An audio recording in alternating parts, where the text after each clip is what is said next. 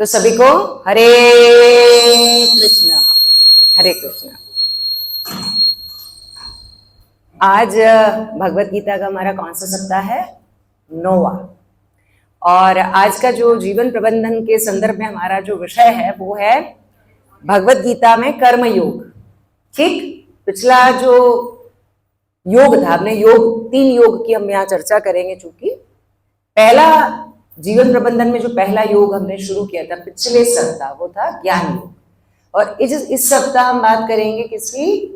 ज्ञान के पश्चात ही आता है कर्म योग। बिना ज्ञान के कर्म हो ही नहीं सकता। तो आज हम बात करेंगे कर्म योग की, भगवान श्री कृष्ण की वाणी में और जीवन प्रबंधन के संदर्भ में। तो हमेशा की तरह हम शुरू करेंगे, जैसे शुरू करते हैं भगवान श्री कृष्ण का ध्यान करने के साथ ही। तो आप सभी आराम देह मुद्रा में आ जाएं, आसन में आ जाएं। दोनों हाथ घुटनों पर आराम से रखें, चिन्मय मुद्रा, ज्ञान मुद्रा या सहज मुद्रा में। अपनी आंखों को बंद कीजिए धीरे धीरे और चेहरे को एकदम शांत रखिए। चेहरे पर किसी प्रकार का कोई तनाव न रखें। धीरे धीरे गहरी और लंबी सांस लीजिए और धीरे धीरे सांस छोड़ें। हर श्वास के आवागमन में भगवान श्री कृष्ण का ध्यान, भगवान श्री कृष्ण की यह श्वास जो हमारे भीतर प्रवेश कर रही है, जो आ रहा है वह भी श्री कृष्ण का तत्व है और जो बाहर जा रहा है वह भी श्री कृष्ण का तत्व है। इस भाव से आज हम आरंभ कर रहे हैं श्रीमद् भगवत गीता का यह विषय, जो गीता का प्राण है, गीता का सार है, निष्काम कर्म योग। अब हम श्री कृष्ण की प्रार्थना में प्रवेश करेंगे। कृष्णाय वासुदेवाय हरे परमात्मने प्रणतः क्लेशनाशाय गोविंदाय नमो नमः। ओम नमो भगवते वासुदेवाय कृष्णाय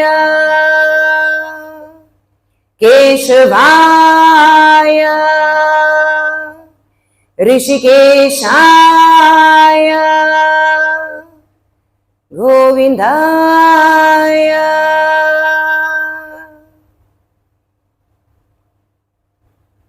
अब धीरे धीरे हम सभी अपनी अपनी आंखें खोलेंगे।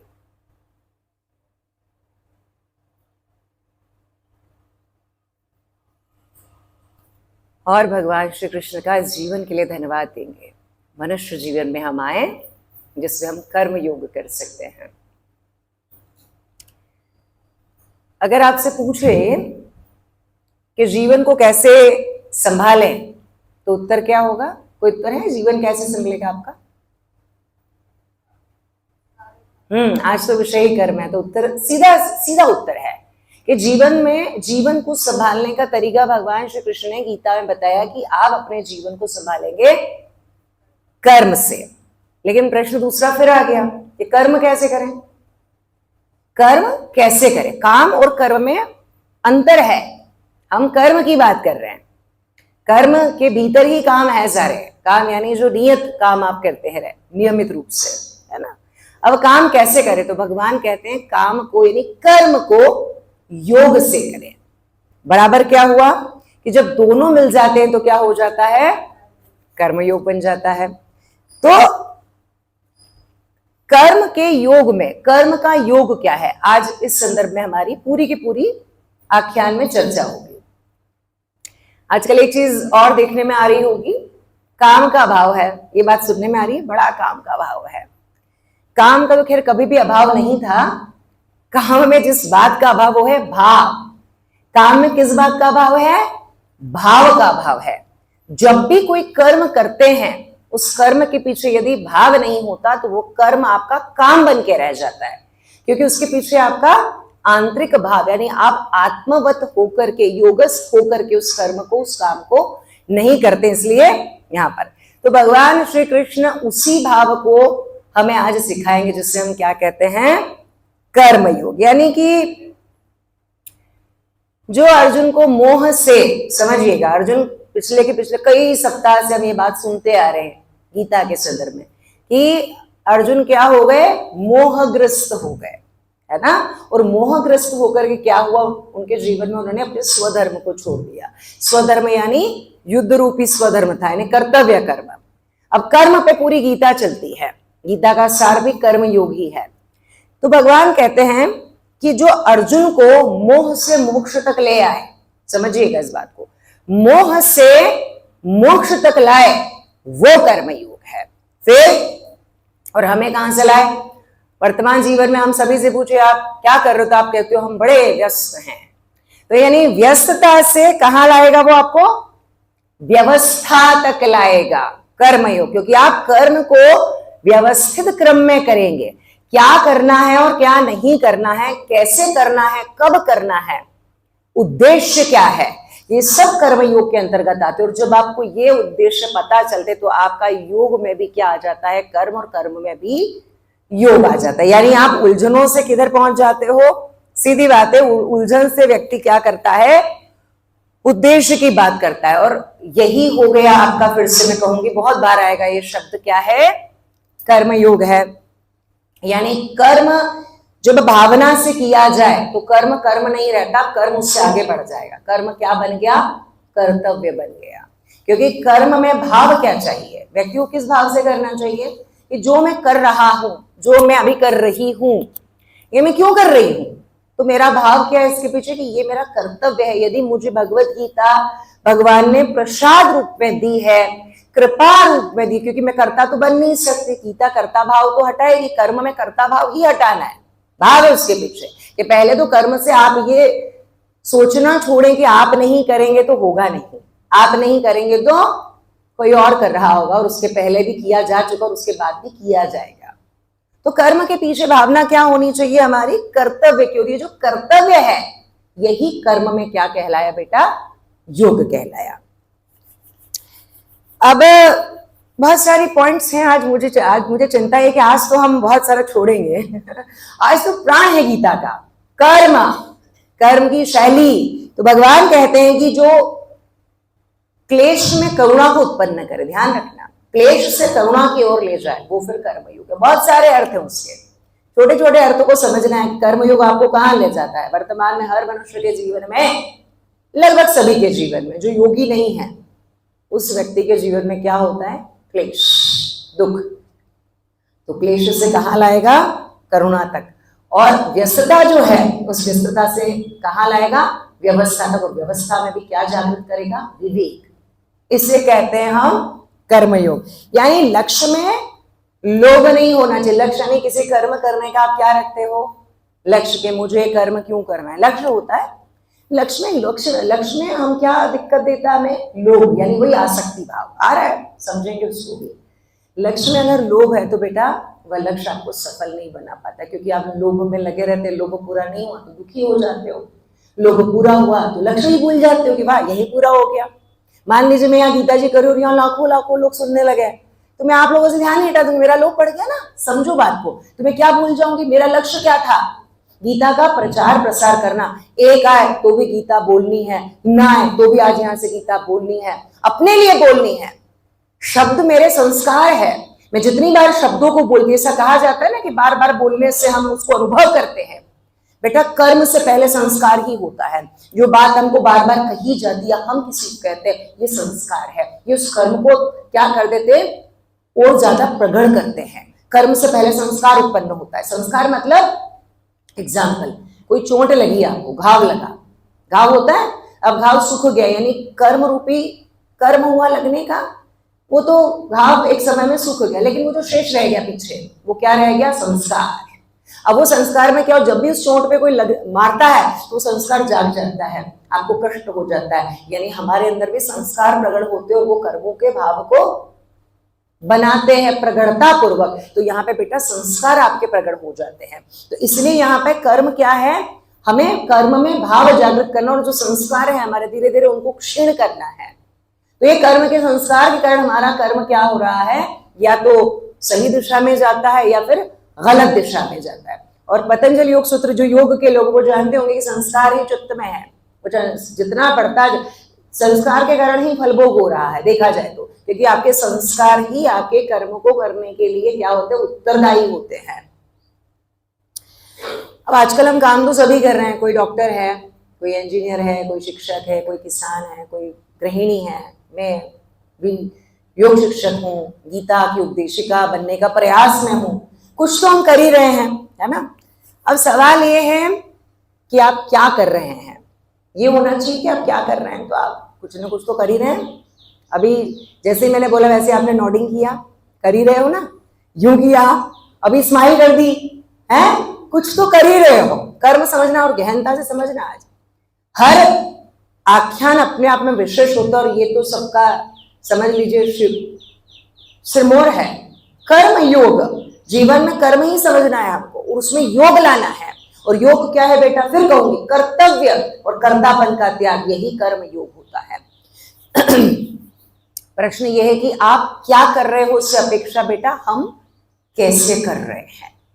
प्रश्न ये होना चाहिए, उत्तर भी यही होना चाहिए कि हम कैसे कर रहे हैं। क्योंकि काम में अगर स्वार्थ है, देखिए समझिएगा, काम हम कर रहे हैं, कैसे कर रहे हैं, स्वार्थवश कर रहे हैं। जो भी काम हम स्वार्थवश यानी अपने लिए करेंगे तो बेटा वो बंधन में बांधता है। बंधन यानी उसका फल मिलेगा। मैं तेरे को प्यार क्यों करूं, क्योंकि तू मुझे प्यार करता है। अच्छा, तो वो प्यार नहीं करेगा तो आप नहीं करोगे, स्वार्थ। तो ये निष्कामी नहीं होता, ये सकाम हो गया ना। तो वो कैसे कर रहे हो, ये इम्पैक्ट हमारे जीवन पर, वो प्रभाव हमारे जीवन पर छोड़ता है। यहां पर कैसे करना है, स्वार्थवश कर्म तो आपको बंधन में बांधेगा, है ना। और जब स्वार्थ छूट जाएगा और अर्पण भाव आ जाएगा तो वही कर्म क्या हो जाएगा, मोक्ष बन जाएगा, नहीं मोक्ष की तरफ ले जाएगा, क्योंकि वो आपको बांधेगा ही नहीं। आपको फिर किसी कर्म के फल को भोगने के लिए हम जन्म लेंगे ही नहीं, क्योंकि हम अब कर्म स्वयं के लिए तो ठीक है करते ही, वो तो नियत कर्म है, करना ही पड़ेगा। भगवान भी कर ही रहे, भगवान भी कर्म करते हैं, मनुष्य भी कर्म के लिए तो हर कोई आया, कर्म करना ही पड़ता है, ये धर्म है शरीर का, वो करेगा ही करेगा, है ना। पर बेटा कर्म कैसे कर रहा है, किस भाव से कर रहा है, स्वार्थवश ही कर रहा है, हमेशा सिर्फ मुझे चाहिए, मेरे लिए होना चाहिए, मेरा अच्छा हो जाए, मुझे किसी से क्या मतलब है के लिए कर रहा है, तो यह व्यक्ति बंधेगा और ये स्वार्थी और ये कष्ट में भी रहेगा। क्यों, क्योंकि ये सेल्फ सेंटर्ड है। किस पर ध्यान केंद्रित है इसका स्वयं पर ध्यान है। जबकि एक स्थान पर आ करके जब आपको कोई चीज प्राप्त हो जाती है, कोई ज्ञान प्राप्त हो जाता है, कोई धन प्राप्त, किसी प्रकार से धन प्राप्त हो गया, तो कितना धन चाहिए, कितना ज्ञान चाहिए, अब वो दूसरों तक जाना चाहिए। ये कर्म योग है। जो आपके पास रहा वो आपको बांधेगा, क्योंकि जब धन भी क्या करोगे आप, मेरे बच्चों के नाम करो, वो उसके बच्चों के नाम करेगा। अरे बेटा एक हद तक धन को रखो, आज की रोटी कल की रोटी परसों की रोटी, उसके बाद समाज को, तो बहुत से लोग भूखे हैं समाज संसार में, उनको भी मिलना चाहिए। सब तुम संग्रहित कर लोगे तो समाज का कौन सोचेगा। तो भगवान यहाँ पे निष्काम कर्म योग इसीलिए बोलते हैं। बहुत से लोग बोलते हैं निष्काम कैसे संभव है योग में, उसको मैं भी बताती हूँ कैसे संभव। वही संभावना है और वही आवश्यकता है। हर कोई अपने में ही तो लगा है, लाइकर्स चाहिए, फॉलोअर्स चाहिए, है ना, कमेंट चाहिए, अच्छी प्रशंसा चाहिए, क्या नहीं चाहिए, आलोचना नहीं चाहिए, मेरा काम कर दे, मेरा काम नहीं किया तो बुरा, मेरा काम करे तो अच्छा, यही तो चल रहा है। अब इसमें आप क्या हो रहे हैं, सोचो, उसका परिणाम सोचो आप। तब तक क्या होता है, दुख, परेशान होते हैं, अपेक्षा हो गई। ये पूरी जड़ क्या है, इस पूरे के पीछे क्या है बेटा, अपेक्षा। आपको हर किसी से अपेक्षा, खुद से भी अपेक्षा ज्यादा रख लेते हो, फिर खुद से अपेक्षा ज्यादा हुई, अब खुद से अपेक्षा पूरी नहीं हुई, तो या तो आप हीन भाव में जाओगे या डिप्रेशन में जाओगे, मुझसे हुआ नहीं। अरे बेटा तेरी योग्यता के अनुसार तू कर्म करना, कर्म में भी क्या देखना पड़ेगा, यही तो भाव है। कर्म कहता है स्वधर्म कर, और स्वधर्म यानी जिसमें तुम अच्छे हो, जो तुम करने आए हो वो ईश्वर ने सारे गुण सबको दिए हैं। मुझ में बोलने का थोड़ा बहुत गुण है, जो थोड़ा बहुत है उसको मैं परिष्कृत कर रही हूँ और बोल करके, समझ रहे हो। अगर मैं बोलूं नहीं तो ये कर्म, ये जो भगवान ने दिए मुझे फल, ये जो गुण मुझ में दिया, ये खत्म हो जाएगा। लेकिन ये स्वार्थ में अगर चला तो मैं कभी नहीं बोलूंगी ना, मुझे लगेगा कि अरे मैं बोलूंगी, दूसरे लोग गीता जी सीख जाएंगे, दूसरे लोग योग सीख जाएंगे। ये क्या हो गया, मेरे उस ज्ञान को, जो ज्ञान से कर्म आया, ज्ञान योग के पश्चात ही कर्म आता है, तो फिर क्या हो जाएगा, ये कर्म मुझे क्या करेगा, फलाशक्ति में डालेगा और बंधन में डालेगा, और मैं फिर जन्म लूंगी, फिर मरूंगी, मतलब मृत होंगी, फिर वापस जन्म लूंगी, फिर मृत होंगी। अब मैं फल भोग में चल रही हूँ लगातार, लेकिन मैं चाहती कि मुझे इसी जन्म में मोक्ष मिल जाए। तो पहला भगवान बोलते मोक्ष चाहिए, एक काम कर, अपने लिए कर लिया, एक सीमा तक हम सब कर चुके होते हैं, सबको पता है कि ये पर्याप्त है, मेरे पास जो प्राप्त हुआ वो पर्याप्त है, लेकिन पर्याप्तता के बाद भी मुझे और चाहिए, और तो चाहिए, लेकिन फिर ये और लेकर के समाज में बांट दो, ये निष्कामता है। ये अपना फल में नहीं बांधेगा, ये कर्म है। कर्म तो हर क्षण करना, करोगे ही करोगे। सांस ले रहे हो, आंखें हैं तो देख रही है, शरीर है तो महसूस कर रहा है, समझ रहे हो, शरीर अपना काम करेगा, नहीं कर्म से पीछा तो कभी आएगा आगे। कर्म से पीछा भगवान खुद अर्जुन को सिखाएंगे, बताएंगे कि कर्म क्या है और क्यों करना है तुझे, क्योंकि वो कर्म से ही भाग रहा है। कर्तव्य कर्म, युद्ध रूपी कर्म को वो छोड़ रहे हैं। अब दुनिया का सबसे बड़ा भ्रम क्या हो गया यहाँ पर, कि मेरे मतलब कि अगर आपके पास सब कुछ होगा तो आप शांत होंगे, यही है। मेरे पास सब होगा तो मैं बहुत शांत हो जाऊंगा, मुझे लगता है। और भगवान श्री कृष्ण कहते हैं कि ऐसा नहीं होता, आपके पास सब कुछ होगा तब भी आप शांत नहीं होंगे। आपके पास वो शांतता होगी, वो शांति होगी, तो ही आपके पास सब कुछ होगा। इसकी आवश्यकता, और यही क्या हुआ फाइनली, अंततः इसी को भगवान ने कहा कर्म योग। तुम्हें क्या चाहिए, शांतता। वही शांति तुम्हें सब कुछ, संसार के जितने भी ऐश्वर्य है, जितने भी संतोष है, जितना भी प्रेम है, जितनी भी करुणा है, जितनी भी अच्छाई है, वो सारी क्या कर देगी, प्रदान कर देगी। अब बेटा मोटा मोटा हम थोड़ा सा कर्म अर्थ की तरफ समझते हैं। अब हमने इतना तो कर्म योग समझ लिया, कर्म क्या है, क्या है कर्म, बताइए, कोई जब बताएगा कर्म क्या है? सबको पता है कर्म मतलब, नहीं कर्तव्य नहीं, कर्म से पहले साधारण कर्म की बात कर रहे हैं हम। ये गीता वाले कर्म की बात हमने कर ली, अब वापस हम साधारण कर्म को वापस जोड़ेंगे। देखिए कर्म शब्द कृ धातु से बना है। क्रि का अर्थ होता है कोई भी कार्य करना, क्रिया करना, लेना देना, जो भी आप कर रहे हो, जो कुछ भी आप कर रहे हो। अब बेटा कर्म मतलब वो क्रिया जो तीन तरह से होगी। देखो कर्म तीन स्तर पे होंगे, एक शरीर से होगा, ध्यान दो इस बात पर। शरीर का कर्म दिखता है, इसलिए आप शरीर के कर्म को ही क्या मानते हो, कर्म मानते हो। भगवान उसको तप बोल देते हैं 17वें अध्याय में, तब बोला है भगवान, बोले तीन प्रकार के तप है, शारीरिक, मानसिक और वाचिक, यानी वाणीगत किया गया। ये तीनों प्रकार के कर्म, ये तीनों तप ही तीनों प्रकार के कर्म करवाते हैं। शरीर का कर्म क्या है, शरीर का तप क्या है, जो भी हम बोल रहे हैं, बैठे हैं, खड़े हैं, ज्ञान अर्जित कर रहे हैं, है ना, जो भी हम कर रहे हैं, मेरा हाथ हिल रहा है, मैं बोल रही हूँ, ये सब शारीरिक कर्म है। नंबर 2 पर कौन सा आया, मानसिक कर्म। अब हम सामान्यतया किसको कर्म समझ रहे हैं, हमें लगता है हम दान कर रहे हैं दिखावे के लिए, लेकिन ये तो दिखाने के लिए शारीरिक कर्म। मानसिक कर्म तो छूट गया। मन से यानी जो आप मन में विचार करते हो, जो भी विचार आपके अंदर आता है, चाहे ईर्ष्या का हो, चाहे द्वेष का हो, चाहे प्रेम का हो, चाहे वो आसक्ति का हो, ये मानसिक कर्म हो गया। फिर तीसरा कर्म आप कैसे करते हो बेटा, बोल करके, वाचिक। वाचिक यानी वाणी के द्वारा, वाणी यानी बोल करके कर्म होता है। तीसरे प्रकार के कर्म को समझना है कि कर्म की शैली क्या है। शरीर का कर्म सिर्फ कर नहीं है, जो मन में कर दिया वो भी कर्म है। आपने मन से किसी की बुराई सोची और शरीर से आपने की नहीं, और आप बस मुस्कुराते रहे कि अरे वाह आप तो बड़े अच्छे, और अंदर से कह रहे अरे तो बड़ा दुष्ट इंसान है। बोलना कथनी करनी वाली बात हुई, करनी में आप भले दिखा रहे हो, पर बेटा भगवान परिणाम किसका, मतलब भगवान फल में किसको, हमारा संस्कार क्या बना, जो मन में सोचा। शरीर के कर्म को तो भगवान बहुत निम्न स्तर के कर्म में मानते हैं, क्या वो तो कर ही रहा है, वो तो करना है ना, वो तो एसेंशियल, वो तो होगा ही होगा, करेगा ही करेगा। लेकिन मुख्यतः कर्म कहां से हो रहा है, बोले मन से हो रहा है। तुमने जो विचार करा, तो तुम आप बाहर से कुछ भी कर लो, मन में अगर आपके नहीं है, फल उसी का मिलेगा। फल वही बन के आ रहा है। हमें लगता है हम दान पुण्य पूजा पाठ अच्छा बुरा जो भी कर रहे हैं, अरे मैंने तो दान दिया, भाव क्या है, दान दिया और उसके बाद में कर्तापन का भाव, मैंने दिया क्यों बोला, दिया क्यों सोचा, धर्मशालाओं में क्यों लिखाया कि फलाने की स्मृति में कराया, वो तो अच्छी बात है, बस कराया हमने, पिता की स्मृति में कराया, बड़ा अच्छा बात है, लेकिन उसके नीचे अपना नाम क्यों लिखा, बस स्मृति में करा दिया।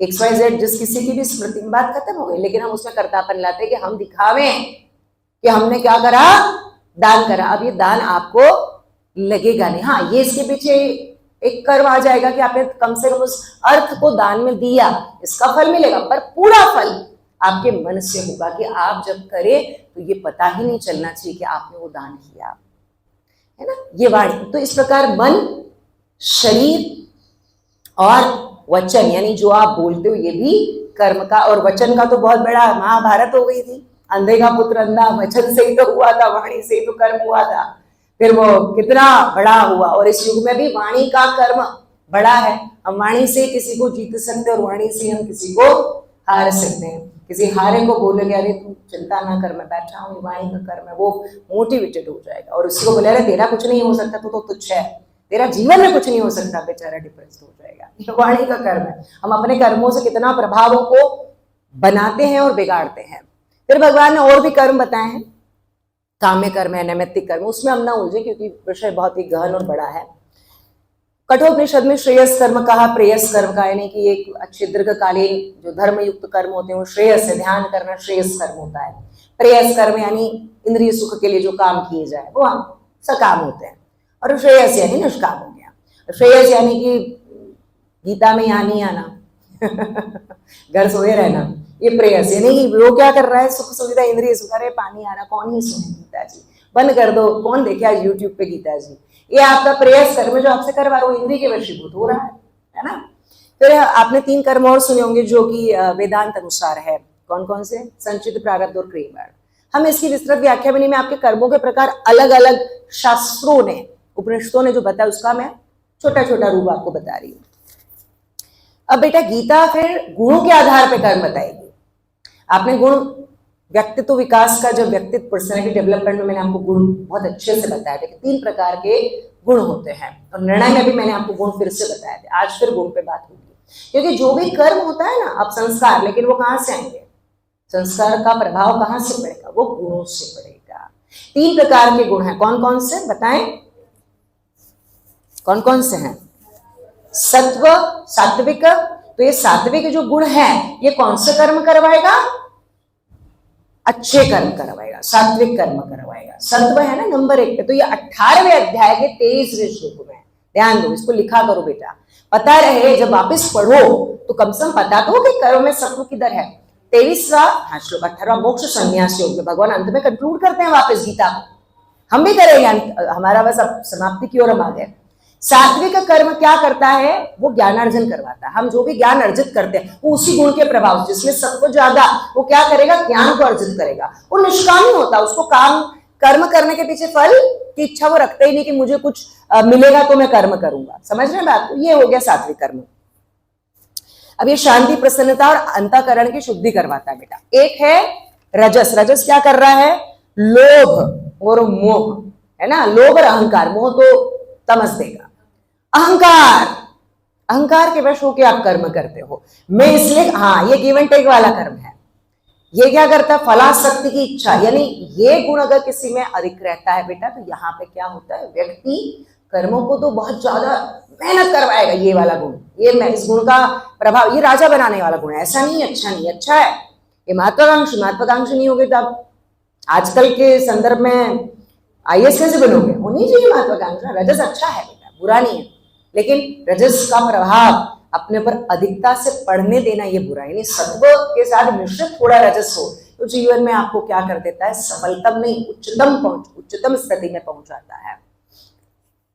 अब ये क्या करेगा, लेकिन इसका नेगेटिव प्रभाव क्या है, आपको सफल तो कर रहा है, लेकिन उसके साथ ही क्या कर रहा है, अति महत्वाकांक्षा के कारण आप में क्या करेगा, आप बिना लिए आप कुछ दोगे नहीं किसी को, देना तो आप चाहते हो, लेकिन मुझे कुछ मिले तो मैं किसी को कुछ दूं, गिव एंड टेक, मुझे मिले तो मैं दूं, इसीलिए बात है स्वार्थवश काम होता है। ऐसा व्यक्ति जब उसको उसके मनवांछित फल नहीं मिले, मैंने आपको लाभ दिया, आपने मुझे लाभ नहीं दिया, तो ऐसा व्यक्ति दुखी होता ही रहता है, क्योंकि इसको अपेक्षा ज्यादा है। सात्विक कर्म कभी अपेक्षा नहीं रख पा रहा बेटा, ये अपेक्षा में ही जी रहा है मुझे, क्योंकि इसमें उम्मीद ज्यादा है, इसमें अपेक्षा ज्यादा है, इसमें आसक्ति ज्यादा है, इसमें भाव ज्यादा है, इसमें मुझे चाहिए, मुझे पहले चाहिए, मुझे मिलेगा तो ही मैं करूंगा, ये भाव है, ये अहंकार है, ईगो है इसमें। ये कर्म क्या करेगा, एंजाइटी में डाल देगा, नहीं मिला तो आप क्या हो जाओगे, चिंतित। ये दुष्परिणाम भी दे रहा है कहीं। अंत में आता है तामसिक। अब ये तो परिणाम की चिंता, ये तो आलसी है ना, आलस्य प्रमादवश होता है इसमें कर्म। हाँ हुआ तो हुआ, नहीं तो नहीं हुआ। अभी जो सो गए आज गीता जी में नहीं आए, वो किस कर्म के कारण, उन्होंने आज कौन सा कर्म किया, याद करो, ऐसे याद करो, रट्टा नहीं मारना बेटा, समझना है। भगवान बड़ा प्रैक्टिकली गुणों को कैसे जबरदस्त तरीके से भगवान ने बताया। आज तक गुण हम अलग संदर्भ में समझते हैं। भगवान ने कहा अगर तामसिक गुणों का प्रभाव होगा तो तामसिक कर्म क्या होगा, आज जो जो गीता में नहीं आया उस तामसिक गुण के प्रभाव के कारण उन्होंने तामसिक कर्म कर दिया। कौन सा, क्या रे रहने दे, कौन ही जावे, कौन ही सुने, 8 सप्ताह हो गए सुनते सुनते हम बोर हो गए, गीता छोड़ो, गीता में क्या है, सब गाते हैं। वो आपका भाव जागृत किया कि कभी तो तमस जगेगा, क्योंकि सत्व अगर अधिक नहीं हुआ तो तमस जगेगा, तमस उठेगा, है ना। तो वो कारण वो आज क्या कर रहे हैं, सब घर पे सब आराम कर रहे हैं, कहीं ना कहीं व्यस्त है। बेटा व्यस्तता को छोड़ के भी तुम कर्म कर सकते थे। जब मैं यहाँ आई तो मुश्किल से 3 लोग थे, मैंने आते ही एक बात बोली थी, कोई बात नहीं हम शुरू करेंगे।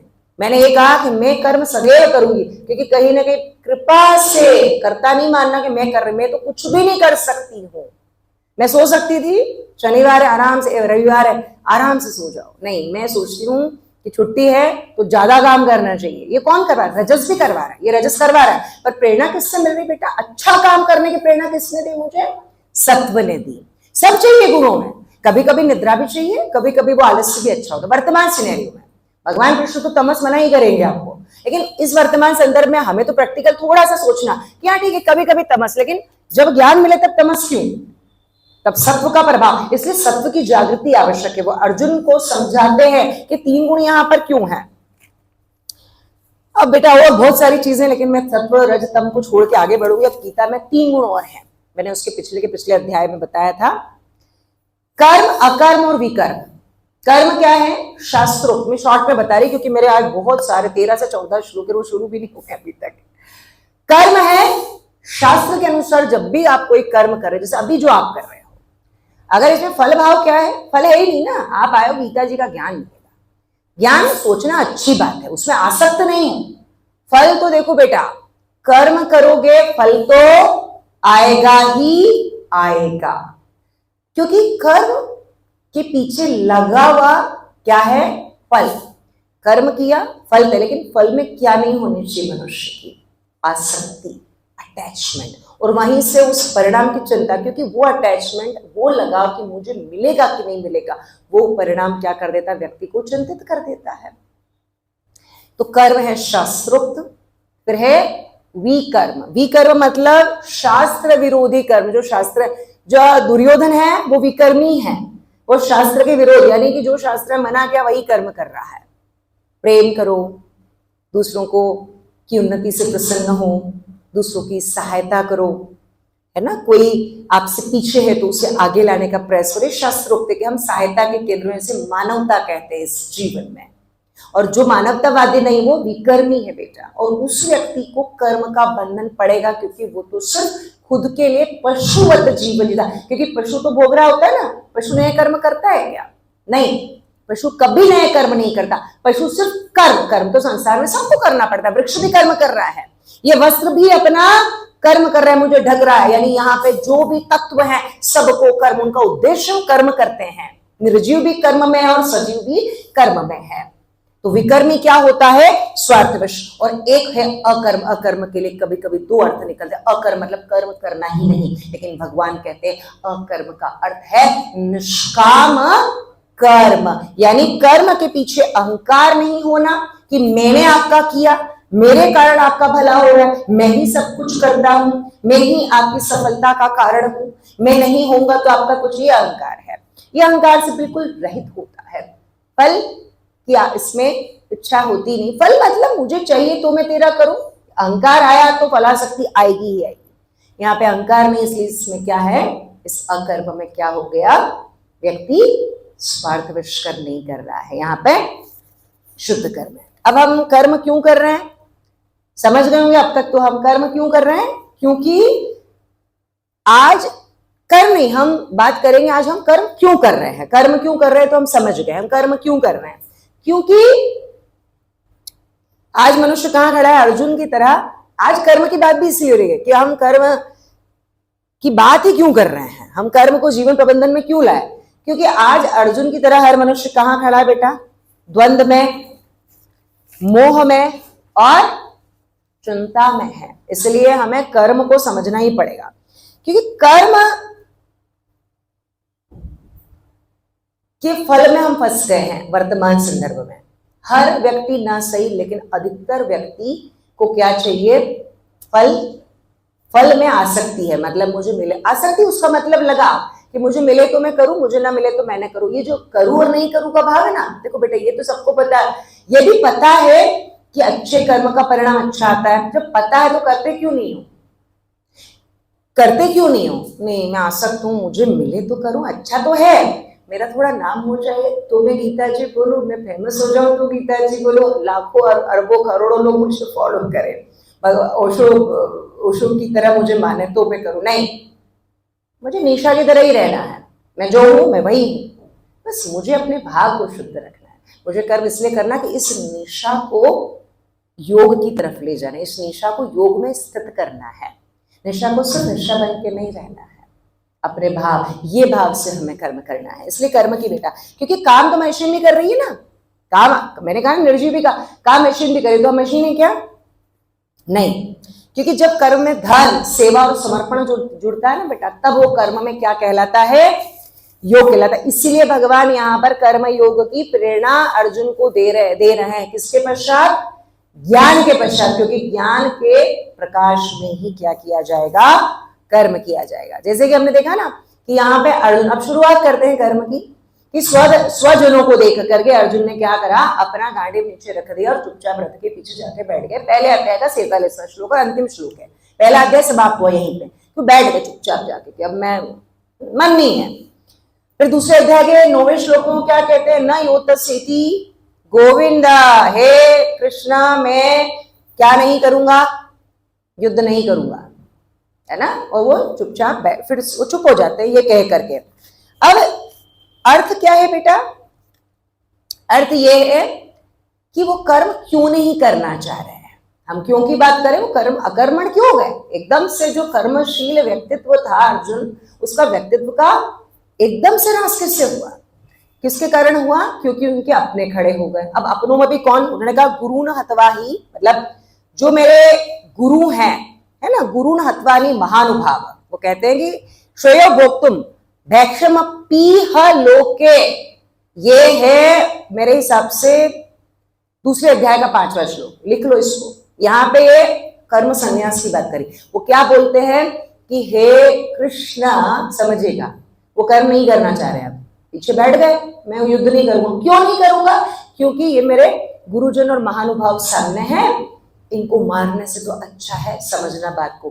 क्या कह रहे, श्रेयो भोक्तुम भैक्षम पीह लोके, यानी कि मैं भिक्षा मांग करके अपना जीवन यापन कर लूंगा, पर मैं मतलब मैं युद्ध, कर्तव्य रूपी युद्ध नहीं करूंगा। मतलब वो कर्तव्य रूपी युद्ध नहीं, भूल गए कर्तव्य है, युद्ध को सिर्फ सामान्य कर्म मान रहे हैं कि स्वार्थ हो गया ना, स्वस्वार्थ की, मतलब मैं इसलिए नहीं मारना युद्ध करना चाहता क्योंकि ये मेरे गुरु हैं।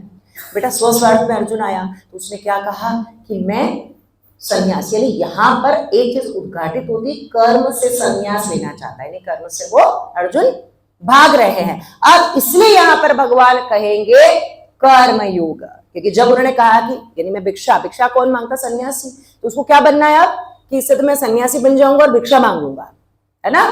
तो अर्जुन जैसा योद्धा क्षत्रिय धर्म को वर्ण अनुसार जो कर्तव्य कर्म था उसको भूल गया और क्या तैयार हो गया करने को, सन्यासी बनने को तैयार। तब भगवान ने क्या कहा है, वो सुंदर बात बोली बेटा, तीसरे अध्याय के 5वें श्लोक में कि नहीं कश्चित् क्षणमपि, ध्यान देना, नहीं कश्चित् क्षणमपि जातु तिष्ठत्य कर्म कृत कार्यते रावशः कर्म और सर्व प्रकृति जेल गुणे।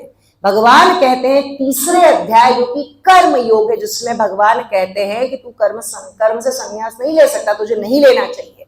कारण क्या है? बोले कारण ये है कि कोई भी मनुष्य नहीं कश्चित क्षणमपि, एक क्षण भी, जो मैं बता चुकी हूं, एक क्षण भी बिना कर्म किए मनुष्य नहीं रह सकता है।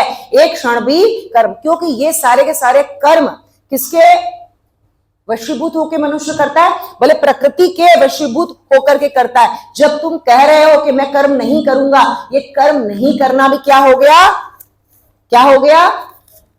कर्म है। यानी कि हर व्यक्ति प्रकृति के प्रभाव में आकर के या तो सात्विक कर्म करेगा, राजसिक कर्म करेगा, या फिर तामसिक कर्म, लेकिन कर्म तो वो करेगा। और किसके प्रभाव में? किसके वशीभूत? आप प्रकृति के गुणों के वशीभूत होकर के कर्म करेगा। इसलिए तू क्या नहीं कर सकता? कर्म नहीं छोड़ सकता। कर्म तेरा कर्तव्य है, कर्म तेरा स्वधर्म है, तुझे करना ही करना है, तू भाग नहीं सकता, क्योंकि कर्म से कोई बच ही नहीं सकता।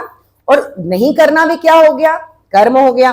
तो भगवान यहां पर क्या कहते हैं कि जब कर्म से नहीं, यानी कर्म से, बहुत गहन बात बोलने जा रही, भगवान कहते हैं कि कर्म से संन्यास मत ले, कर्म में संन्यास ले। सोचो, से और में अंतर आ गया। कर्म से संन्यास मतलब कर्म से भाग मत, पलायन मत कर। कर्म में संन्यास यानी कर्म में स्थित होकर, यानी निष्काम कर्म भाव से तू क्या कर? कर्म में सन्यासी हो जा।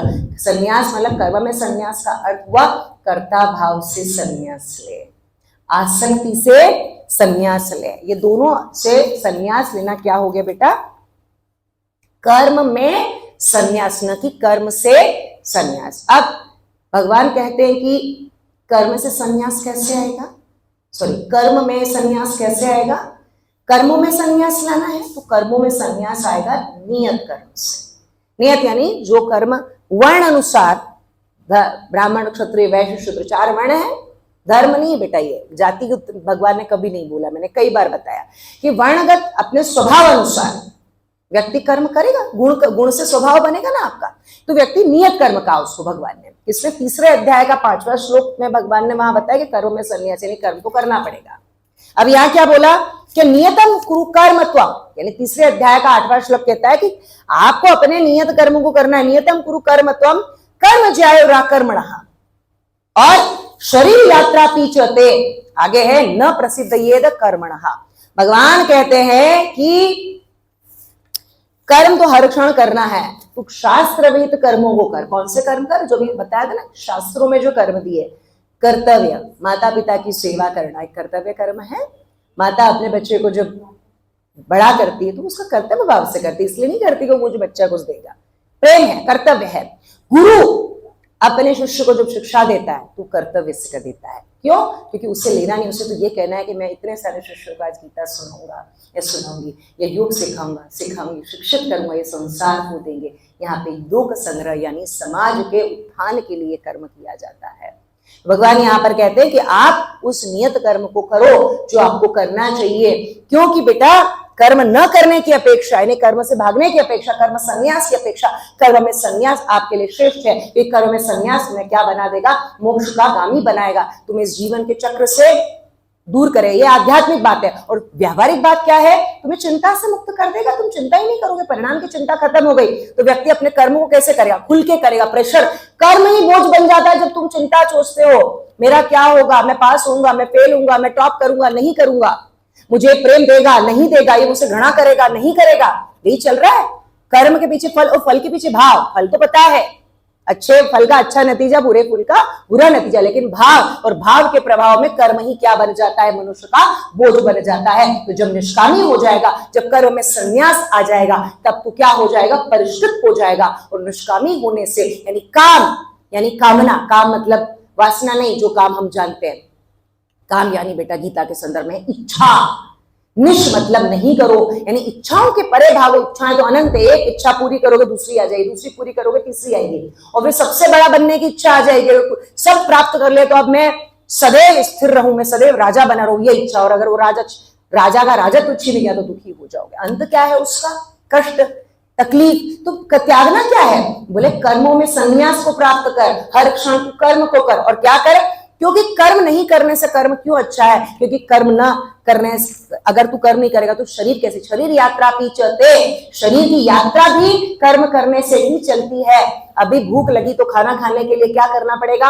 हाथ को आगे बढ़ाना पड़ेगा। तो भगवान कहते हैं कि कर्म कर, और कर्म क्या है? स्वधर्म।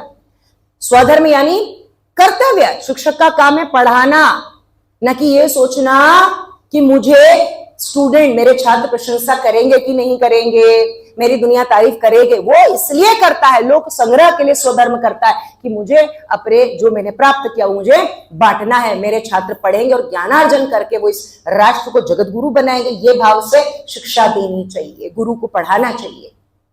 एक इंजीनियर को अपना काम करे, एक डॉक्टर को इसलिए नहीं इलाज करना चाहिए कि मैं सबसे बड़ा डॉक्टर बन जाऊंगा। तुम सेवा करोगे तो वैसे ही सबसे बड़े डॉक्टर कहलाओगे। ये भाव हो गया, मैं सबसे बड़ा बनूं या मैं प्रसिद्ध बनूं, मेरे पास ज्यादा पैसे, ये सब छोड़ दो।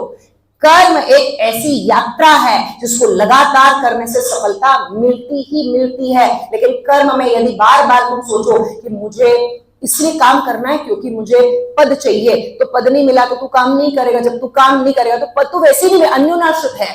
कर्म न करने से ही तो पद नहीं मिल रहा है। तू कर्म रोज करता है, रोज करने से अभ्यासी हो गया, संस्कार तेरा प्रगट हो गया। अब वो अभ्यास तेरी को सफलता देगा, और सफलता के लिए नियत कर, रोज कर्म, लेकिन स्वधर्म कर्तव्य समझ के कर, न कि वासना और इच्छा के साथ कर। इच्छा मतलब मुझे चाहिए के भाव से मत कर, मुझे देना चाहता हूं इस भाव से कर। मैं गीता दे रही हूं क्यों? ये मेरा स्वधर्म है, क्योंकि बेटा मुझे भगवान ने दी है, मुझे नारायण ने दी, मुझे मेरे कृष्ण ने दी है। तो मेरा कर्म अपने तक रखना नहीं है। मुझे इसलिए नहीं बांटना है कि आप मेरी प्रशंसा करें, मुझे इसलिए बांटना है कि एक व्यक्ति ने भी आप में से किसी की गीता के कर्म योग के सिर्फ नियत कर्म को भी समझ लिया और जीवन में अपना लिया और तनाव का प्रबंधन कर लिया, चिंता से मुक्त होकर बस वो इसलिए कर्म कर रहा है क्योंकि कर्म करने से अच्छा लगता है, फलाशक्ति के लिए नहीं। लोग पूछते हैं मैम फलाशक्ति के बिना कैसे कर्म करेंगे? फल तो चाहिए, फल तो आएगा, बाय प्रोडक्ट है, कैसे रुकेगा? थप्पड़ मारा तो इम्पैक्ट पड़ा ना, सामने वाला कभी ना कभी बदला लेगा उससे। आ बेटा मेरे कभी कब, आज मैं ताकतवर नहीं, कभी तो आऊं, वो इम्पैक्ट पड़ गया उसमें, वो तुमसे बदला लेगा, कर्म का फल मिलेगा। एक नहीं 2 थप्पड़ मिलेंगे। अब तो सुन समेत होता है ना, ये सही बात है। जो कर रहे हो वो भगवान भाग्य का निर्माण भी कर्म करता है। अब आप कर्म ही नहीं करते हो, आप इसलिए क्या सोचते हो कि कर्म करने, अब या फलाशक्ति की बात करी, फल में उलझा पड़ा व्यक्ति कभी भी सफल हो ही नहीं सकता, क्योंकि वो सिर्फ लाभ हानि में पड़ा हुआ है। उसे लाभ मिले तो करे, न मिले तो न करे, न करे तो वैसे कुछ नहीं मिलना, और लाभ मिले की चिंता में परिणाम आपका बिगड़ ही जाएगा, आपका लक्ष्य हट जाएगा। लक्ष्य हट ही गया ना, क्योंकि आप सिर्फ फल में, आप सिर्फ साधन में लगे। फल तो साधन है, साधन मतलब मिलने वाली कोई चीज, तुच्छ सी चीज है। अरे नहीं मिले तो करके दिखाओ, मिला फिर किया तो क्या माना हुआ। जो नहीं मिलने में करके जो आनंद मिलता है, मैं सच बताती हूँ, मुझे किसी ने पूछा कि पिछली बार भी मैंने बताया कि मैं क्यों ये सब करती हूँ, तो हमारी दीदी घर में काम करती है, उन्होंने पूछा कि दीदी आप इतना सब फ्री में क्यों करते हो? सौम्या जी ने भी एक बार पूछा कि अपन क्यों कर रहे हैं? अब मैं सोचती रही मैं क्यों कर रही हूँ, सच बता रही हूँ, सोचना पड़ा। अब ग्लोबल प्राइड अवार्ड भी कर रही हूँ, महिलाओं के लिए भी काम कर रही हूँ, पौधारोपण भी कर रही हूँ, बच्चों को फ्री भी पढ़ा रही हूँ, गीता भी फ्री, कहीं कोई पैसा ले लो। मुझे लगा पैसा क्यों लेना, भगवान ने इतना प्रचुर मात्रा में दिया तो देने के लिए काहे ले, दानी बनना है? दानी भी नहीं बनना, ये तो एक भाव है, क्यों करना है? फिर समझ में आया कि मुझे सच में इसका फलाशक्ति निष्काम कर्म का रिजल्ट मिला अपने आप से, स्वाध्याय से, कि मैं इसलिए सब करती हूँ। मुझे ना रात में नींद बहुत अच्छी आती है, मुझे बड़ी खुशी मिलती है बच्चों को पढ़ा के। जब बच्चे जीवन में बनते हैं और जब वो बताते हैं कि हम आज यहाँ बैठे हैं, हम IAS हैं, हम कलेक्टर, मेरे बहुत से बच्चे फिलॉसफी जब मैं पढ़ा के बच्चे बने, बड़ा आनंद आता है। मैम हम PhD कर लिए, हम प्रोफेसर हैं, हम योग टीचर हैं, हम इतना कमाते हैं। सोचो वो आनंद ज्यादा पड़ा कि मैं अकेले कितना कमा लेती हूँ, मैं एक साथ कई ना IAS बन सकते नहीं हो, मैं एक ही पद पे एक बार बैठ सकती हूँ, लेकिन अगर मेरे बनाने से लाखों लोग कुछ बन सकते हैं तो क्यों ना करूं मैं? फलाशक्ति क्यों चाहिए मुझे? मतलब मिलेगा, कोई आएगा तो मैं करूं, कोई ये डिपेंडेंसी है बेटा, ये मानसिक बीमारी है। यही बीमारी सबक में, ये सुसाइड क्यों हो रहा? क्योंकि उसने मेरी जिंदगी में मेरे को ये नहीं दिया, मैं मर जाऊंगा उसके बिना। अरे उसके बिना जी कर बता, ये कर्म योग, ये निष्कामता है। अच्छा मेन श्लोक आया नहीं, कितनी देर बची है? ओ हो। तो स्वधर्म, भगवान कहते हैं लोक संग्रह के लिए कर्म कर। मैं मुख्य श्लोक पे आती बेटा, बीच में 3-4 श्लोक थे पर उनको छोड़ना ही मुझे पड़ेगा, सीधे मुझे कर्मण्यवादी का रास्ते पे आना ही पड़ेगा। बहुत अच्छे श्लोक छोड़ रहे हैं, छोड़ना जरूरी है, छोड़ना ही पड़ेगा इस यात्रा में।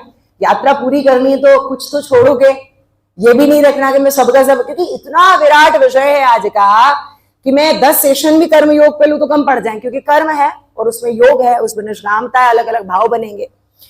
देखो बेटा, भगवान कहते हैं कि कर्म इसलिए ना करो कि तुम्हें कुछ प्राप्त हो, कर्म इसलिए करो क्योंकि तुम्हें क्या मिलता है, आनंद मिलता है। तुम्हें अच्छा लगता है इसलिए कर्म करो, मिलता है इसके लिए कर रहे हैं, मैं कह रही ना, यही सोचना पड़ेगा, यही है उसका परिणाम भी यही है। भगवान क्या कहते हैं, अब गोल्डन श्लोक है, क्या श्लोक है गोल्डन, दूसरे अध्याय का 47वां श्लोक हमें कहता है, कर्मण्येवाधिकारस्ते मां फलेषु कदाचन मां कर्म फल हेतुर्भू माते संगस्त्व कर्मणि। 4 टुकड़ों में श्लोक है, थोड़ा थोड़ा ही समझते हैं क्योंकि इस श्लोक को समझने में 2 से 2.5 घंटे हमें चाहिए, हम थोड़ा समझते हैं। पहला टुकड़ा लेते हैं इसका बेटा, इसी पे हम समाप्त भी हो जाएगा मुझे लगता है आज का अभ्यास, आज का आख्यान। और कुछ मिला तो समता सीखेंगे योग से आज, फिर कर्म में कुशलता भी सीख लेंगे अगर समय मिला, ईश्वर की कृपा हो गई तो। देखो पहला टुकड़ा कहता कर्मण्येवाधिकार से, इसी को समझो, जो हो जिसमें उसमें प्रसन्न रहो, जो मिल गया वही पर्याप्त है। कर्मण्येवाधिकारस्ते यानी कर्म करने में तेरा अधिकार है। ये क्यों बोला, भगवान ने क्या करा, टेक्निकली भगवान ने क्या करा, 2 बातें हैं, कर्म और फल, यहां 2 तत्व हैं, एक कर्म है और एक फल है। कर्म किसके पास है, कर्म क्यों दिया हमें करने के लिए, कर्म जो भी चराचर में व्याप्त प्राणी है सबको, और कभी कभी मैंने अभी आपको इंगित किया था कि निर्जीव भी कर्म ही करता है, लेकिन सजीव की यहां संदर्भ में बात हो रही है।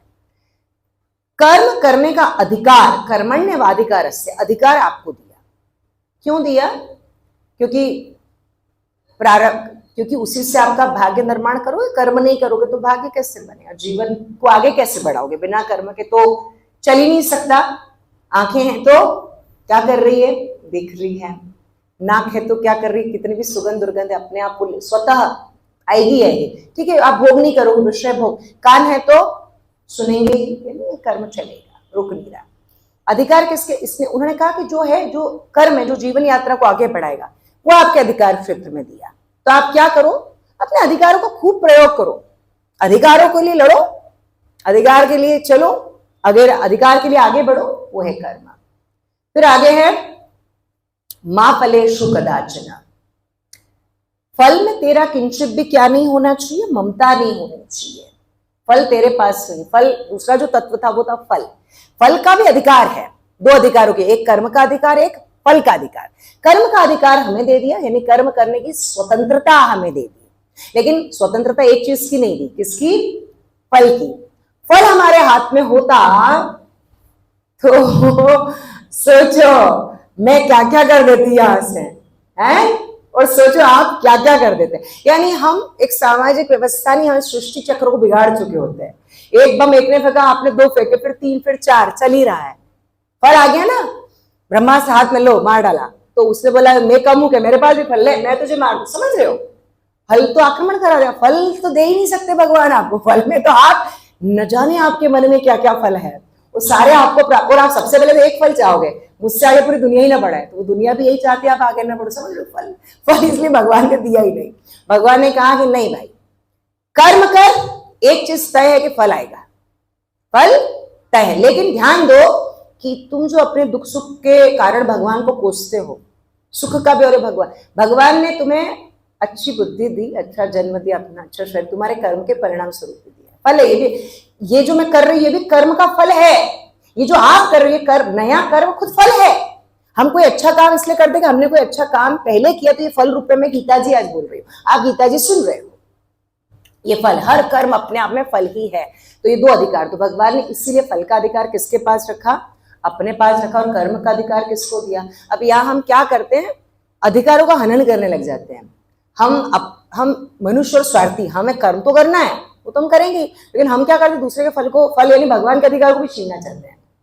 हम क्या चाहते हैं, हमें वो भी मिल जाए, हम वो हमारी इच्छा से मिले। भगवान ने बोला इच्छा से थोड़ी मिलेगा, इच्छा ही तो फल है, इच्छा दे दू तो तू तो विनाश कर देगा पूरा का पूरा है। फल दुर्योधन को दे देता मैं, तो कृष्ण खुद गायब कर देता है दुर्योधन को, है सबसे पहले इसको गायब करो, सबसे पहले इसी को मारूंगा, ऐसे यदुवंशी छलिया, क्योंकि वो तो दृष्टिकोण है वैसा है दुर्योधन। तो बेटा इसलिए सर्वनाश हो जाएगा। भगवान ने कहा कि जब कर्म की बात है तो अधिकार, यानी कि जब तुम्हारा फल का अधिकार नहीं है तो तुम मेरे अधिकार में बार बार क्यों आते हो भाई?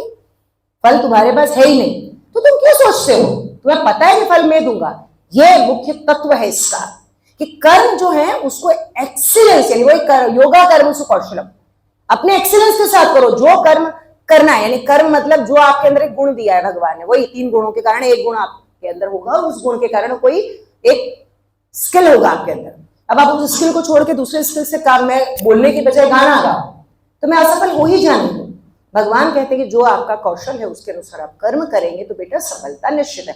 अब उसका प्रतिशत मत सोचो, ये तय हो गया ना, अच्छे काम का अच्छा परिणाम, बुरे काम का बुरा परिणाम, ये पता है, उसमें आसक्ति मत रख, उस फल के प्रति लालसा मत रख, क्योंकि लालसा ही तुझे क्या करेगी? दुखी करेगी, एंजाइटी देगी, डिप्रेशन देगी, मृत्यु तक लेके जाएगी और तू बंधन में फंसा रहेगा और तू कभी भी मुझे कृष्ण के सच्चे स्वरूप को कभी नहीं देख सकता ना, क्योंकि दुर्योधन को दिखे ही नहीं, वरना गीता की आवश्यकता अर्जुन से ज्यादा किसको है देखा जाए तो?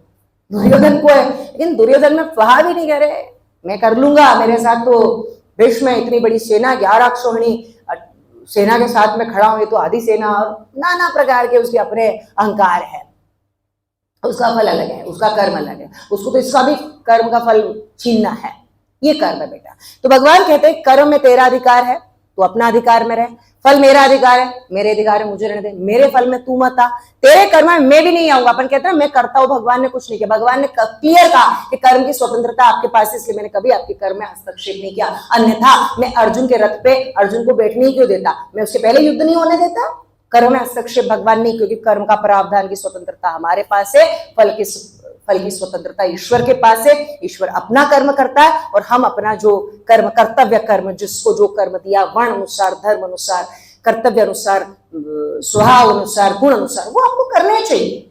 आप उसको मत छोड़िएगा कि कंटिन्यूटी में करते करते करते करते करते करते आप सफल हो जाते, इसलिए कर्म करिए, कर्म को करना ही है। फिर कहते हैं मां कर्म फल हेतु। हम क्या करते हैं जनरली, काम करते करते क्या कर जाते हैं? फल का हेतु बन जाते हैं। हेतु मतलब कर्म करते करते हमें लगता है कि मैं ना करूं तो, मैं ना हूं तो क्या होगा। मैंने अभी शुरू में बोला था, मैं नहीं होंगी तो कोई और होगा, आप किसी न किसी को ढूंढ लोगे। हम जीवन में जब किसी की सफलता को देखते, कर्म हेतु बन करके, कर्म का फल है, कर्म फल हेतु, उस फल का हेतु बन जाते हैं कि मैं अगर किसी के जीवन में कुछ करूंगा ना तो ही इसका कुछ हो सकता है। बेटा ऐसा नहीं, वो अपना गुरु ढूंढ लेगा। अगर आप उसके गुरु नहीं बने, सौभाग्यशाली हो कि वो आपको ढूंढते हुए यहाँ आ गया है, वो आपके पास मदद के लिए आ गया है। तो ऐसा मान लो कि उसकी सहायता, यानी कर्म के उस सृष्टि चक्र को पूरा करो कि लिया है तो देना है, तुम्हें प्राप्त हुआ है तो उसे देना। इसलिए कर्म का हेतु भी मत बन कि कर्म फल के उस हेतु, यानी कर्म के फल के प्रति आसक्त भी तू मत हो, है ना। कर्म कैसे करना है बेटा? कर्म ऐसे करना है कि वो तुम्हें बांधे नहीं, वो तुम्हें क्या नहीं करे, एक तरह से कामासक्त ना करे। कर्म ऐसा करो कि संसार तुम्हारे जाने के बाद भी तुम जैसा व्यक्तित्व खोजे। और वो कब होगा? जब तुम सिर्फ कर्म में कुशलता और समता, 2 तत्व आगे भगवान श्लोकों में बताएंगे कि कर्म निष्काम होगा कैसे। ही तो बोल दिया कि निष्काम ही हो जाओ, पर कैसे होंगे? क्या लाए कि निष्काम ही हो जाए? भगवान कहेंगे 2 तत्व का ध्यान रख, एक लानी है समता और एक लानी है कुशलता। ठीक है। फिर अंतिम उसका टुकड़ा है मां कर्म फल हेतु मात संगस्व कर्मणि। अगर आपको पता, मैंने बता दिया कि फल पे मत ध्यान दो, तो आप पता है क्या सोचोगे? अरे फिर तो मैं कर्म ही क्यों करूं, अकर्मी हो गए। अकर्मी मतलब कर्म न करने वाला, वो अकर्मी नहीं, निष्कामी। अकर्मी मतलब नकारात्मक शब्द, कि आपका भाग ये भी नहीं होना चाहिए, आपकी आसक्ति इस पे ना आ जाए कि मैं कर्म ही क्यों करूं। मतलब एक स्टूडेंट को पता लग जाए, जो एवरेज बच्चा है, वो ये सोचे कि हाँ मैं टॉप तो कभी कर ही नहीं सकता, तो मैं पढ़ाई क्यों करूं, ये वो वाला भाव है। समझ रहे हो? इसको ऐसे जोड़ो। तो एक स्टूडेंट ये सोचेगा मैं टॉप तो कभी नहीं कर सकता, मैं तो 45% ही लाता। अपन 45 जितनी करो, उस 45 वाले के अंदर ये बात क्यों नहीं आती कि बेटा तेरे अंदर भी वही कुशलता है जो किसी टॉपर, उसके अंदर उसके भाव से के कारण उसने अपने अभ्यास से अपने आप को उच्च बना लिया, और तूने अपनी उस टेंडेंसी से जो तेरे ये मान ली कि जब अपना तो नंबर 2-3 साल से आ नहीं रहा, मतलब जितनी भी टाइम से, तो अपन कर्म करे ही क्यों, मेहनत ज्यादा क्यों करे? अरे इसलिए मेहनत करके तू 45 से 95 पे जा सकता है, तुझे पता ही नहीं अपने बारे में। इसलिए भगवान वहां 4थे हिस्से में कहते हैं कि कर्म का जो तुम्हें कर्ता बनने का भाव है, बोले ये भी तू अपने अंदर मत रख। मतलब ये कर्म, ये श्लोक क्या सिखा रहा है? कर्तव्य को कर, किस लिए? क्योंकि करना है। दूसरा, कल यानी फल, फल की चिंता यानी कल की चिंता, कल की चिंता मत कर, क्योंकि कल की चिंता में वर्तमान क्या हो जाता है, वर्तमान का आनंद है। अभी बैठ के हम आनंद ले रहे, थोड़ी देर बाद क्या होगा क्यों सोचना, वर्तमान में जियो। यह है कर्मण्येवाधिकारस्ते मा फलेषु कदाचन। फिर है हमें क्या करना है, बोले कल की कर्म के फल की प्राप्ति को साधन नहीं मानना है कि मिलेगा तो करूंगा, ये भी छोड़ दो। तो इस प्रकार आगे क्या है बेटा, थोड़ा सा बढ़ जाते हैं। लोग मेरी तारीफ करें तो मैं करूं, है ना, लोग मेरी प्रशंसा मतलब आलोचना करें तो मैं नहीं करूं, इसने मेरा बुरा कर दिया अब मैं देख लूंगा, यही तो कर्म का फल, आसक्ति यही है, यही हो रहा है। इसलिए बेटा ये फल की आसक्ति होने से अच्छा और बुरे का भाव आ गया ना। ये अच्छा है मेरे लिए क्योंकि ये मेरे लिए अच्छा करता है, ये अच्छा नहीं है क्योंकि मेरी बुराई करता है। वो बुराई इसलिए करता है कि वो बुरा है, और जो अच्छा है ना वो हमेशा सब में क्या देख रहा है, अच्छा ही देखता है। अब उसकी प्रशंसा से तुम्हें अहंकारी नहीं होना, और तुम्हें ये नहीं माना कि तेरा अपना है। हो सकता है तेरी प्रशंसा कर रहा पर 3-4 लोगों की तेरे पीछे से और कर रहा होगा, ऐसा होता ही है। इसे चापलूसी कहते हैं वर्तमान में। ऐसे लोगों में मत उलझो, इसमें अपनी ऊर्जा को मत लगाओ, प्रशंसा में भी सम रहो। अगला श्लोक वही है बेटा, भगवान दूसरे अध्याय के 48वें श्लोक में कहते हैं, कर लेते हैं बात थोड़ी सी, कि योगस्थः कुरु कर्माणि संगम त्यक्त्वा धनंजय सिद्ध सिद्ध्यो समो भूत्वा समत्वम योग उच्यते। क्या कह रहे हैं भगवान? कर्म के 3 तरीके, कर्म कैसे कर। एक, योगस्थः कुरु कर्माणि, इसको नहीं, इसको बाद में लेंगे। संगम त्यक्त्वा धनंजय, सब संगम त्यक्त्वा, संगम मतलब आसक्ति, वही लगाओ, काम, कामेच्छा, फलेच्छा। भगवान कह रहे हैं कि सबसे पहले व्यक्ति को तरीका है 3 सॉल्यूशंस, कैसे निष्कामी होगा। सबसे पहले आसक्ति को छोड़ दें, डिटेच हो जाओ उससे, अटैचमेंट को छोड़ दें। नंबर 2, सिद्ध सिद्धियों समो भूत्वा, सिद्धि और असिद्धि में, सिद्धि यानी सफलताएं तो प्रसन्न हो गए, असिद्धि यानी असफलताएं तो दुखी हो गए। अरे जो असफल हुआ वो कभी ना कभी सफल होगा, हर व्यक्ति असफल होकर सफल बनता है, इतिहास उठा के देखें हम, और हर सफल व्यक्ति कभी ना कभी नीचे जाता है क्योंकि उसकी सफलता समाप्त होनी है। अब इसमें तुम्हें क्या रखनी, बोले समानता रखो, समभाव रखो, यही नंबर 2 है। पहले आसक्ति का त्याग, तरीका नंबर 1। नंबर 2, तुम्हें जय हो पराजय हो, अच्छा हो बुरा हो, प्रशंसा करे आलोचना करे, तुम्हें क्या रखनी है, समता। और ये समता ही योग है बेटा। जिस योग की बात बार बार गीता में कही गई वो योग समता है। भगवान बार बार समता के लिए कहते, सुखे दुखे समय कृत्वा लाभा लाभोत्तर जया जयो ततो युद्धा युजस्व नैवं पापम वाप से।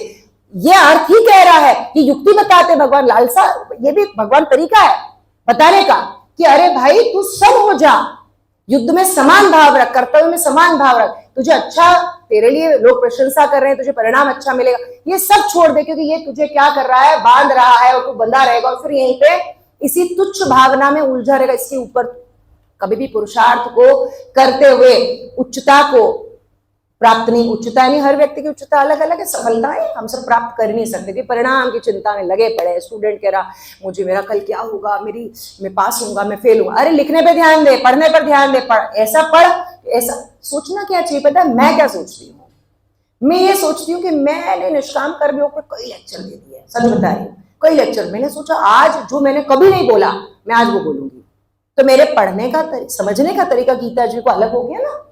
समझिए, हम उस तरीकों को बदले, न कि चिंता करें कि मैं बेस्ट दूंगा। बेस्ट कुछ नहीं होता, बेस्ट तो ये होता है कि आप लगातार कर रहे हो और आप सतत और नियत हो। और तीसरी चीज है बेटा, जब समता युक्त कर्म करते हैं, जब वहां आसक्ति त्यागी, समता आई। तीसरी चीज बोलते हैं कि योगस्थः कुरु कर्माणि।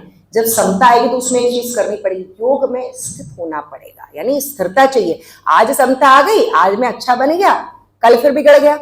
तो समता जब आएगी, जब समान भाव सबके लिए आए, तो सबके लिए समान भाव सदैव होना चाहिए, उसमें स्थिरता होनी चाहिए। उसको कहते हैं योगस्थ होकर के तू कर्म कर, आसक्ति का त्याग करके कर्म कर, असफलता सफलता को छोड़ करके, परिणाम की चिंता छोड़ करके तू कर्म कर। और फिर क्या कर, योगस्थ होकर, क्योंकि इन दोनों के लिए क्या होना पड़ेगा, आसक्ति का त्याग के लिए भी स्थिर होना पड़ेगा, मन से स्थिरता, नहीं बाहर का वातावरण तुम्हें क्या न कर सके, परेशान न कर सके, अंदर का वातावरण तेरा शुद्ध और सात्विक बना रहे, यही योगस्थ होना है। तो तू योगस्थ होकर के कर्म कर, और यही कर्मों में क्या है बेटा, यही क्या है, समता। ये समता का व्यवहार ही क्या है, योग है। यानी योग क्या हो गया, कर्म योग के संदर्भ में योग हो गया समता लाना। यानी कंक्लूजन क्या हुआ कि निष्कामी व्यक्ति कब होगा, फल का त्याग कब होगा, जब व्यक्ति के अंदर क्या आ जाएगी, समता आ जाएगी। एक और श्लोक अंतिम देख लेते हैं।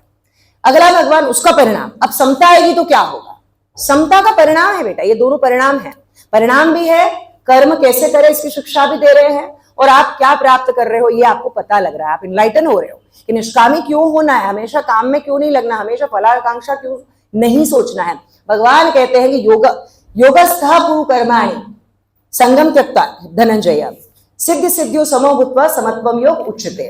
फिर आगे क्या हो गई, समता आई, समता आई तो आदर निरादर और सारी चीजें चली गई, और क्या हो गया, व्यक्ति स्थित हो गया। फिर दूसरे अध्याय के 50वें श्लोक में उसका सोल्यूशन निकालते भगवान कहते हैं कि समता आपके अंदर लाएगा कर्म की कुशलता। अब कुशलता उसका रिजल्ट हो गया, कुशलता यानी निपुणता, दक्षता आ जाएगी, सम हो गए, यानी अब आप परिस्थिति से परेशान नहीं होते हैं, आप उसमें दक्ष होना है। फल की आकांक्षा को छोड़ना निपुणता है, दक्षता है, कौशल है योग का। तो भगवान ने कहा कि बुद्धि युक्त जहाती है उभे सुकृत दुष्कृते तस्मात् योगाय युज्यस्व योगः कर्मसु कौशलम। भगवान ने कहा कि बुद्धि युक्त यानी समता, बुद्धि यानी समता युक्त बुद्धि होने पर क्या होगा, उभय सुकृत दुष्कृते, व्यक्ति इसी जन्म में किससे छूट जाएगा, पाप और पुण्य से छूटेगा। पाप पुण्य कब मिलेगा, जब आप फल सोचोगे, अच्छा काम का अच्छा पुण्य, बुरे काम का पाप। तो जब व्यक्ति निष्कामी होता है, जब सम में आ जाता है, तो व्यक्ति को क्या प्राप्त, किससे नहीं चिपकेगा, कर्म का फल, पाप और पुण्य वही फल है। तो व्यक्ति इसी जीवित अवस्था में, मरने के बाद पाप पुण्य नहीं बोलते, जिसी जीवित अवस्था में, देखो कितनी बड़ी बात है ये कि मरने के पश्चात पाप पुण्य नहीं होता, पाप पुण्य जीवित अवस्था। भगवान ने इंगित किया उभय सुकृत, उभय मतलब इसी लोक में, ईहति, भगवान कहते इसी लोक में जीवित अवस्था में पाप पुण्य से क्या हो जाता है, छूट जाता है। और फिर क्या हो जाता है, जब वो दोनों का त्याग कर जाता है तो उसमें क्या हो जाता है, समता आती है, और वो समता में लग जा। तो भगवान कहते हैं कि वो जो समता प्राप्त हुई उसमें तू लगा रहे। आगे तस्मात योगाय युज्यस्व, तस्मात योगा यानी उस योग में लग जा, उस योग मतलब योग का अर्थ क्या हुआ, समता, यानी उस समता में लग जा। वो समता ही क्या करवाएगी, कर्मों में योग ही कुशलता है।